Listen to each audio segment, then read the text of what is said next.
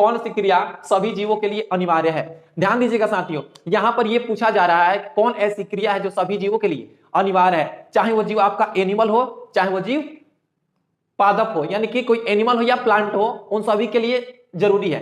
तो अगर हम पहले ऑप्शन पर देखते हैं फ्रेंड, तो देखिएगा साथियों, यहाँ पे जो पहला जो ऑप्शन है आपके सामने वो है प्रकाश संश्लेषण। तो साथियों यहाँ पे जो प्रकाश संश्लेषण है ये ऑप्शन नहीं हो सकता है, क्योंकि प्रकाश संश्लेषण की जो प्रक्रिया होती है केवल किस में होती है साथियों, तो वो होती है प्लांट्स में। तो देखेंगे, और दूसरी प्रक्रिया भी क्या होती है, प्लांट्स के अंदर ही होती है, एनिमल के अंदर नहीं होती है। आप देखिएगा यहां पर ये जो है कि चलन, यानी कि एक एनिमल होता है क्या करता है, एक जगह से दूसरे जगह जा सकता है, यानी कि ये एनिमल की प्रॉपर्टी दिखाई जा रही है। अब देखिएगा साथियों, यहां पर जो ऑप्शन सी है श्वसन है, तो श्वसन क्या है, तो ये प्लांट के लिए भी जरूरी है, एनिमल के लिए भी जरूरी है। तो साथियों यहाँ पे जो क्वेश्चन है कि कौन सी क्रिया सभी जीवों के लिए अनिवार्य है, उसका जो सही उत्तर होगा वो होगा सी, क्योंकि ये एनिमल में भी होगा और ये प्लांट में भी, दोनों में एप्लीकेबल है, यानी कि दोनों में पाया जाता है, ये दोनों का लक्षण है। तो उम्मीद करते हैं आपको ये जो क्वेश्चन है उसका आंसर मिल गया होगा। और साथियों क्वेश्चन देख करके आप कमेंट में जरूर, इससे पहले कि जब इसको हम सॉल्व करें उससे पहले ही आप आंसर क्या कर सकते हैं, कमेंट कर सकते हैं। और देखिए अब हम यहाँ पे बात करते हैं क्वेश्चन नंबर 2 की। तो क्वेश्चन नंबर 2 क्या है साथियों, देखिएगा यहां पर जो क्वेश्चन नंबर 2 है वो आपके सामने है कि मैग्नीशियम पाया जाता है। साथियों यहाँ पे जो क्वेश्चन है पूछा जा रहा है कि मैग्नीशियम पाया जाता है, यानी कि क्वेश्चन है कि मैग्नीशियम किस में पाया जाता है, क्या क्लोरोफिल में पाया जाता है, क्या लाल रक्त कण में पाया जाता है, यानी कि यहाँ पर आरबीसी की बात हो रही है। किसकी बात हुई है फ्रेंड, आरबीसी की बात हो रही है। तो यहाँ पे देखिएगा या वर्णी लवक की बात हो रही है, वर्णी लवक यानी कि हम कहते हैं इसको हम क्रोमोप्लास्ट। क्रोमोप्लास्ट क्या क्रोमोप्लास्ट के अंदर पाया जाता है, या ऑप्शन नंबर जो डी है श्वेत रक्त कण यानी कि डब्ल्यूबीसी के अंदर पाया जाता है। तो साथियों आपने थ्योरी में पढ़ा है कि प्रकाश संश्लेषण के लिए एक पिगमेंट की आवश्यकता होती है जिसे हम क्लोरोफिल कहते हैं, और क्लोरोफिल के अंदर ही मैग्नीशियम पाया जाता है। तो साथ ये क्वेश्चन बहुत बहुत इंपॉर्टेंट है और बहुत सारे एग्जाम्स में पूछे गए हैं, और ये आपके एग्जाम्स के लिए भी महत्वपूर्ण है जो कि 2023 में होने वाली है। तो इस क्वेश्चन का जो आंसर होगा वो क्या होगा, तो इस क्वेश्चन का आंसर होगा ए। अब हम बात करते हैं नेक्स्ट क्वेश्चन की, कि नेक्स्ट क्वेश्चन हमारा क्या है। तो देखेंगे जो नेक्स्ट क्वेश्चन हमारा है वो है प्रकाश संश्लेषण। तो साथियों देखिएगा यहां पर पूछा जा रहा है कि प्रकाश संश्लेषण द्वारा किसकी प्राप्ति होती है, यानी कि प्रकाश संश्लेषण की जो प्रक्रिया होती है उसमें कौन सा पदार्थ बनता है, कौन सा प्रोडक्ट बनता है, वही क्वेश्चन पूछना चाह रहा है। वन सेकंड रिपीट करते हैं कि प्रकाश संश्लेषण द्वारा किसकी प्राप्ति होती है। तो साथियों ध्यान दीजिएगा, ऑप्शन यहाँ पे है, पहला है वसा, यानी कि यहाँ पे बात की जा रही है फैट, यानी कि पूछा जा रहा है क्या प्रकाश संश्लेषण में केवल फैट बनेगा। दूसरा है प्रोटीन, क्या प्रकाश संश्लेषण में प्रोटीन बनता है। तीसरा है ग्लूकोज, और चौथा है प्रकाश। तो साथियों यहाँ पे प्रकाश तो होगा ही नहीं, क्योंकि यहाँ पे प्रकाश तो बनता नहीं है, फिर यहाँ पे फैट नहीं होगा, फिर प्रोटीन भी नहीं होगा। ऑप्शन क्या होगा साथियों, ऑप्शन होगा सी। अब बोले सर ऑप्शन इसका सी कैसे, तो आपने देखा होगा कि होता क्या है कि CO2 और फिर यहाँ पे जो H2 है रिएक्शन होता है सनलाइट के उपस्थिति में, और देखिएगा सनलाइट के उपस्थिति और यहाँ पे जो क्लोरोफिल होता है, क्लोरोफिल की मदद से जो रिएक्शन होता है उसके फलस्वरूप बनता है C6H12O6, यानी कि यहां पर जो फॉर्मूला लिखा गया है C6H12O6, तो साथियों ये किसका फॉर्मूला है, तो ये है ग्लूकोज का। तो इस क्वेश्चन का जो आंसर होगा वो होगा ग्लूकोज, यानी कि जो प्रकाश संश्लेषण की प्रक्रिया होती है उसमें किसका निर्माण होता है, जो प्रोडक्ट बनता है वो होता है ग्लूकोज। तो साथियों यहाँ पे जो ऑप्शन सी है आप इसको सही करेंगे। अब देखिए हम बात करते हैं नेक्स्ट क्वेश्चन है, उसको हम लोग देखते हैं। जो नेक्स्ट क्वेश्चन है वो है कि क्लोरोफिल वर्णक का रंग है, क्लोरोफिल वर्णक का रंग है, यानी कि यहां पर पूछा जा रहा है कि क्लोरोफिल जो होता है उसका रंग कैसा होता है, लाल होता है, ब्लू होता है, नीला होता है, कैसा होता है, उसी को हमको देखना है। तो साथियों अगर आपको अच्छा लग रहा हो तो इसको लाइक करें और ज्यादा से ज्यादा शेयर करें। देखिए साथियों यहां पर बात कर लेते हैं, क्या हरा होता है, क्या नीला होता है, लाल होता है कि सफेद होता है। तो साथियों यहां पे इस क्वेश्चन का जो आंसर होगा वो होगा हरा, क्योंकि आपने देखा होगा कि जो पेड़ पौधों की पत्तियां होती हैं हरी होती हैं। ऐसा एक क्वेश्चन भी है, उसको हम देखेंगे आगे चल करके कि पेड़ पौधों की पत्तियां जो होती हैं हरी कैसे होती हैं, मतलब क्यों होती हैं। ओके, तो साथियों देखिए यार यहां पर जो ऑप्शन है उसमें हरा है, नीला है, लाल है और सफेद है। तो साथियों पेड़ पौधों की जो पत्तियां होती है हरी होती हैं, किसके कारण? क्लोरोफिल के कारण। तो इसका ऑप्शन क्या हो जाएगा? हरा। और इसी के कारण पेड़ पौधों की पत्तियां क्या होती है? हरी होती है। तो इस क्वेश्चन में आपको दो आंसर मिले हैं, एक पेड़ पौधों की पत्तियां हरी क्यों होती हैं, तो क्लोरोफिल के कारण, और क्लोरोफिल का रंग कैसा होता है, तो वो होता है ग्रीन। साथियों उम्मीद करते हैं आपको ये समझ में आ रही होगी। अब हम बात कर लेते हैं जो नेक्स्ट क्वेश्चन है, वो क्वेश्चन नंबर 5 की बात करते हैं। तो देखेंगे दोस्तों, कवक में पोषण की कौन सी विधि पाई जाती है? यहां पर अब पूछा जा रहा है कि कवक में पोषण की कौन सी विधि पाई जाती है, वो किस प्रकार से भोजन को ग्रहण करता है, या उसमें मोड ऑफ न्यूट्रिशन किस प्रकार का होता है। तो साथी देखेंगे यहां पर ऑप्शन दिया गया है स्वपोषी, यानी क्या वो अपना भोजन स्वयं बनाता है। फिर पूछा जा रहा है मृतजीवी, क्या वह सड़े गले पदार्थों से अपना भोजन ग्रहण करता है।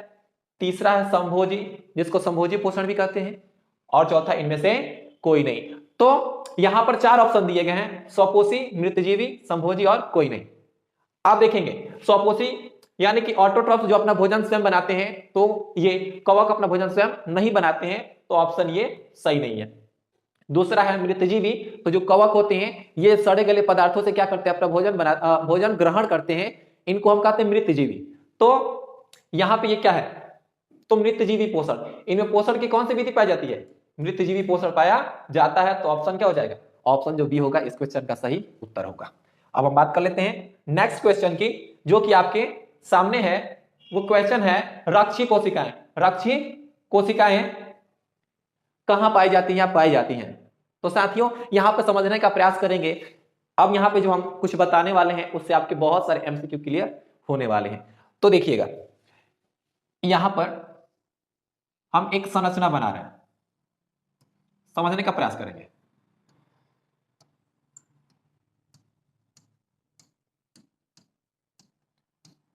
तो साथियों ये जो संरचना है ये है एस्टोमाटा का। कौन सा संरचना है, एस्टोमाटा का। और यहां पर जो है 2 कोशिकाएं हैं, इन्हें हम कहते हैं गार्ड सेल। क्या कहते हैं साथियों, गार्ड सेल। अब गार्ड सेल है, गार्ड सेल को हम कहते हैं रक्षी कोशिका। रक्षी कोशिका। अब इसको रक्षी कोशिका क्यों कहते हैं, इसका भी कारण है, क्योंकि यह एस्टोमाटा के बंद होने और खुलने का नियंत्रण करता है। तो यहां पर उम्मीद करते हैं आपको आंसर तो मिल ही गया होगा। अब हम देख लेते हैं इसमें। देखिएगा क्वेश्चन कुछ अलग है, कंसेप्ट वाला है। अगर आपको ये कंसेप्ट पता है तभी आप इस क्वेश्चन को हल कर सकते हैं। जैसे देखिए पूछ रहा है कि क्या जड़ में पाया जाता है, नहीं पाया जा सकता है। क्या पत्तियों में पाया जाता है, देखेंगे। क्या फूलों में पाया जाता है या फलों में पाया जाता है। तो साथियों ध्यान दीजिएगा, जो एस्टोमाटा है यहाँ पे ये पाया जाता है पत्तियों में। कहां पाया जाता है, पत्तियों में। तो अगर पत्तियों में एस्टोमाटा पाया जाता है तो एस्टोमाटा में ही क्या होता है, द्वार कोशिकाएं होती हैं। तो यहां पर जो ऑप्शन है वो हमारा क्या होगा, बी सही होगा। उम्मीद करते हैं आपको यह समझ में आ गई होगी। अब हम बात करते हैं नेक्स्ट क्वेश्चन की, जो कि है रक्षी कोशिकाएं पाई जाती है, इसको तो हमने डिस्कस कर लिया। कुटपाद किस में पाया जाता है, तो यहां पे क्वेश्चन पूछा जा रहा है कुटपाद किस में पाया जाता है। कुटपाद कहने इसको इंग्लिश में कहते हैं सीडोपोडिया। आप इसको समझने का प्रयास कीजिएगा। जैसे देखिएगा हमने यहां पे क्या किया, एक स्ट्रक्चर बनाया है। इस स्ट्रक्चर से आप वाकिफ हैं, आप इसे जानते हैं। जी हां, ये क्या है, तो ये है अमीबा। क्या है साथियों, इसे हम कहते हैं अमीबा। और अमीबा की जो आकृति होती है अनियमित होती है। अगर एग्जाम में पूछा जाए कि अमीबा की आकृति कैसी होती है, तो सिंपल सा आपका आंसर होगा अनियमित होती है, यानी कि उसका जो आकृति होता है निश्चित नहीं होता है। तो यहाँ पे आप देख रहे हैं कि यहाँ पे क्या है, एक अमीबा बनाया है। और ये देखिएगा ये जो उंगली जैसे संरचना दिख रही है ना, इसको हम कहते हैं स्यूडोपोडिया। स्यूडोपोडिया। और इसको हिंदी में कहा जाता है कुटपाद। क्या कहते हैं साथियों, कुटपाद कहते हैं। अब ये जो कुटपाद है किसमें दिख रहा है, अमीबा में। ऑप्शन देखते हैं, क्या पैरामीशिया में होता है, तो नहीं होता है। यूग्लिना में होता है, इसमें भी नहीं होता है। अमीबा में होता है, क्योंकि यहाँ पे हमने डिस्कस किया कि ये अमीबा में ही पाया जाता है। तो इस क्वेश्चन का जो आंसर होगा वो होगा सी, यानी कि जो कुटपाद होता है अमीबा में पाया जाता है। ओके साथियों, अब हम डिस्कस करेंगे जो हमारा नेक्स्ट क्वेश्चन होगा। देखेंगे नेक्स्ट क्वेश्चन को हम लोग देखते हैं कि प्राकृतिक में ऑक्सीजन का संतुलन कैसे बनता है। यहां पे पूछा जा रहा है कि जो नेचर में ऑक्सीजन का संतुलन है, बैलेंस है, किस प्रकार बनता है। तो साथियों ध्यान दीजिएगा, एक प्रक्रिया होती है। जैसे देखिए जब हम श्वसन की क्रिया करते हैं तो उससे निकलता है CO2, और जब हम सांस लेते हैं तो लेते हैं ऑक्सीजन। और हाँ, एक और प्रक्रिया है जिसे हम कहते हैं प्रकाश संश्लेषण। और प्रकाश संश्लेषण में होता क्या है कि ऑक्सीजन रिलीज होता है। अब ऑक्सीजन कैसे रिलीज होता है, तो उसमें होता है H2O, H2O जब टूटता है तो उसे क्या निकलता है, ऑक्सीजन निकलता है। तो क्वेश्चन आप समझिए कि प्रकृति में ऑक्सीजन का संतुलन कैसे बना रहता है। तो दोस्तों यहाँ पे अभी हमने बात की कि ऑक्सीजन कैसे निकलता है, तो H2O से निकलता है। ये किस प्रक्रिया में निकलता है, तो यह प्रक्रिया होती है प्रकाश संश्लेषण। तो ऑप्शन देखते क्या दिया हुआ कि नहीं, संयोजन अभिक्रिया, नहीं इसमें नहीं हो सकता है। प्रकाश संश्लेषण, हाँ बिल्कुल, इसका जो ऑप्शन होगा बी होगा, जो कि सही है। यानी कि प्रकाश संश्लेषण की क्रिया में ही क्या होता है, ऑक्सीजन निकलता है और उसी के द्वारा जो प्राकृतिक है उसमें ऑक्सीजन का संतुलन बना रहता है। अब हम बात कर लेते हैं नेक्स्ट क्वेश्चन की, जो कि आपके सामने है एस्टोमाटा। देखिएगा, एस्टोमाटा पौधे के किस अंग में पाया जाता है। अभी कुछ देर पहले हमने एक क्वेश्चन डिस्कस किया था एस्टोमाटा का, जहां पर डायग्राम बताया था और वहां पे भी हमने बताया था कि एस्टोमाटा कहां पाया जाता है, तो पत्तियों में पाया जाता है। तो इस क्वेश्चन को हम ज्यादा समय नहीं लेंगे, डायरेक्ट आंसर पे चलते हैं। आंसर क्या होगा, आंसर होगा इसका पत्तियों में। ओके, अब हम बात कर लें नेक्स्ट क्वेश्चन की। तो देखिएगा, जो नेक्स्ट क्वेश्चन है वो है कि इनमें से कौन प्रकाश संश्लेषी अंग है। अब देखिएगा साथियों, यहां पे क्वेश्चन दो आते हैं, प्रकाश संश्लेषी अंगक और प्रकाश संश्लेषी अंग। अब यहां पे बच्चे कंफ्यूज हो जाते हैं और कंफ्यूज होकर के बार बार गलती कर देते हैं। भले उनको याद है, लेकिन एग्जाम में जाते हैं तो अंगक और अंग में क्या करते हैं, कंफ्यूज होकर के गलतियां कर देते हैं। तो साथियों, आपको ये गलती नहीं करनी है, क्योंकि हम आपको पहले ही बता देते हैं कि गलतियां हो जाती हैं। तो गलतियां अगर पहले ही पता हो कि गलतियां हो जाती हैं तो गलती करना उचित नहीं है। तो देखिएगा, यहां पे पूछा जा रहा है कि अंग है, यानी कि कौन सा अंग है, प्रकाश संश्लेषी अंग किसे कहते हैं। तो देखिएगा, यहां पे स्ट्रोमा है, ऑप्शन ए है पत्ती, एस्ट्रोमा है, ग्रेना है और हरित लवक। तो साथियों ध्यान दीजिएगा, यहां पर एक डायग्राम है, इसमें आप देखिएगा तो कुछ इस प्रकार की संरचना है। ओके, अब देखिए, अब ये जो संरचना दिख रहा है ये है क्लोरोप्लास्ट का, ठीक है। अब इसमें ग्रेना है, जो आपको सामने ऐसे दिख रहा है ना, सिक्कों के जैसे संरचनाओं का ढेर, इसी को हम कहते हैं ग्रेना। ओके, और इसके अंदर क्या होता है, तो इसके अंदर पाया जाता है एस्ट्रोमा, ठीक है। तो अब यहां पे ये जो क्या है, हरित लवक एक प्रकार का कोशिकांग है। तो साथियों ये अंग नहीं है, क्या ये कोशिकांग है, इसको हम कहते हैं सेल ऑर्गेनिल। तो ये नहीं होगा, तो ऑप्शन क्या होगा आपके सामने है, ऑप्शन नंबर ए इस क्वेश्चन का सही उत्तर।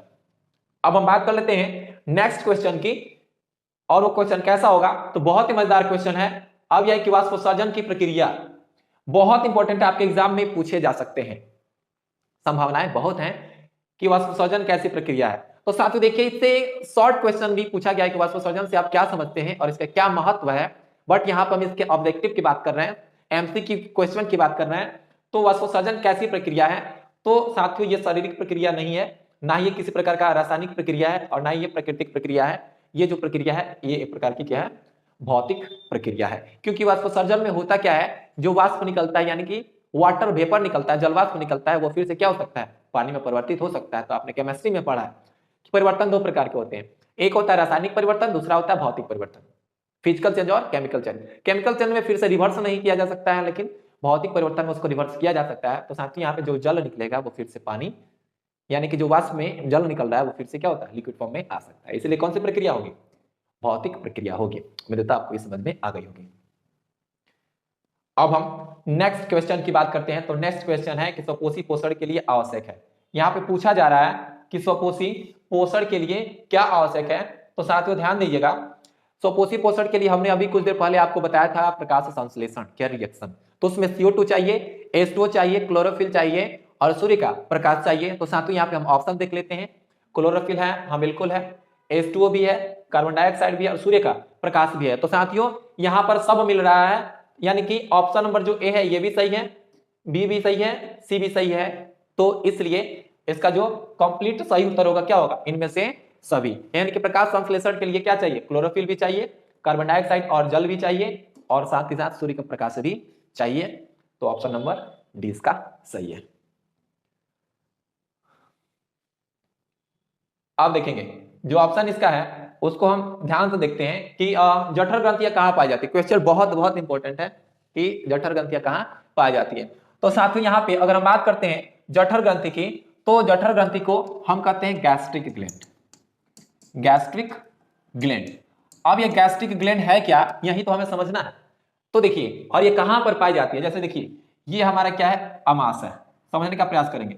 ये हमारा हो गया अमाशय, और ये जो अमाशय है, अमाशय का ये होता है दीवार। देखिएगा दोस्तों, अमाशय का ये होता है दीवार, और इसी दीवार में क्या होते हैं, तो इसको अगर हम जूम करते हैं तो इसी दीवार में ऐसे कुछ क्या होते हैं, ग्रंथियां पाई जाती हैं, और इन्हीं ग्रंथियों का नाम है जठर ग्रंथि। जठर ग्रंथि। तो साथियों, इस क्वेश्चन का आंसर आपको मिल चुका है। तो आंसर क्या होगा, आप कमेंट बॉक्स में कमेंट कीजिए क्या आंसर होगा। तो आपके सामने है, क्या आंख में होता है क्या? बिल्कुल नहीं। अग्नाशय में बिल्कुल नहीं। लीवर में यानी यकृत में बिल्कुल नहीं। तो ऑप्शन क्या होगा, ऑप्शन होगा डी, क्योंकि आपके सामने है जठर ग्रंथि का ये डायग्राम। तो जठर ग्रंथि कहां पाई जाती है साथियों, तो पाई जाती है आपके अमाशय में। तो साथियों, यहाँ पे अब आप उम्मीद करते हैं आपको ये पूरा समझ में आ गया होगा कि जठर ग्रंथि कहां पाई जाती हैं। अब क्वेश्चन आपके सामने है कि प्रकाश संश्लेषण होता है। यहां पे पूछा जाए प्रकाश संश्लेषण होता है, ऑप्शन है रात में होता है कि दिन में होता है कि दोनों होता है कि सुबह शाम होता है। साथियों ध्यान दीजिएगा, प्रकाश संश्लेषण होने के लिए प्रकाश चाहिए, तो रात में सूर्य का प्रकाश नहीं रहता है, तो ऑप्शन ए कभी सही नहीं होगा। अब दिन में, ऑप्शन ये सही है, रात दिन तो हो नहीं सकता है। और सुबह शाम तो ऐसे ऑप्शन क्या है, सुबह शाम है, तो केवल क्या प्रकाश संश्लेषण सुबह शाम में होगा, ऐसा नहीं है, दोपहरिया में भी होता है, यानी कि दिन में हर वक्त होता है।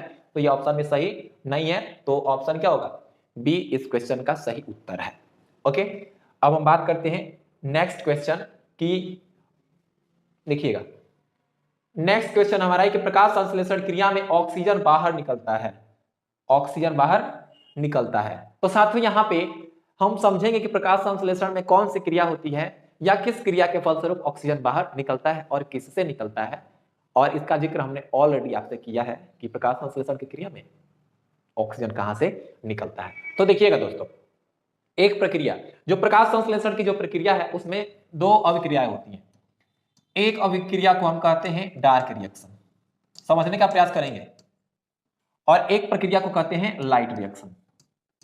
लाइट रिएक्शन, देखिएगा, एक है डार्क रिएक्शन, दूसरा है लाइट रिएक्शन। डार्क रिएक्शन में बनता है ग्लूकोज, ओके, और लाइट रिएक्शन में H2O टूटता है।